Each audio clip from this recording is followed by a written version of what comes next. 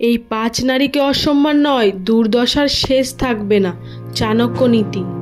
আশ্চর্য চাণক্য নীতি মৌর্য রাজ্য বংশ প্রতিষ্ঠা করে, যা ভারতীয় ইতিহাসে অন্যতম শক্তিশালী শাসক, যার মধ্যে সম্রাট অশোকও ছিলেন।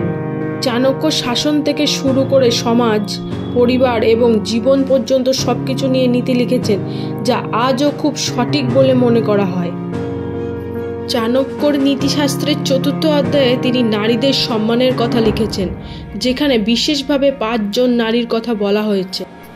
ভুল করেও এই 5 জন নারীর সেবা ও সম্মান যেন কম না হয়, সেই বিষয়ে সতর্ক করেছেন চাণক্য। আপনি এদের অপমান করলে খারাপ সময় শুরু হবে।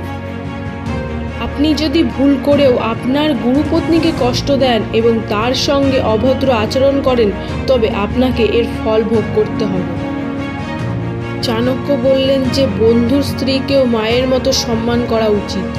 এর মাধ্যমে আপনি সর্বদা আপনার বন্ধুর প্রতি বিশ্বস্ত থাকবেন এবং তার সমর্থন পাবেন। যদি তুমি ভুল করেও তোমার বন্ধুর স্ত্রীকে কষ্ট দাও এবং তার সঙ্গে ভদ্র ও স্নেহের সাথে আচরণ না করো, তাহলে তোমাকে এর পরিণতি ভোগ করতে হবে। ভুল করেও রাজা স্ত্রীকে অপমান করা উচিত নয়।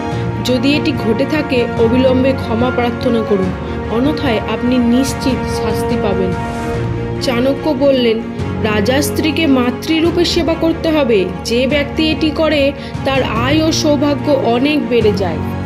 শাশুড়িকে মায়ের মতো সম্মান দিতে বলেছেন চাণক্য।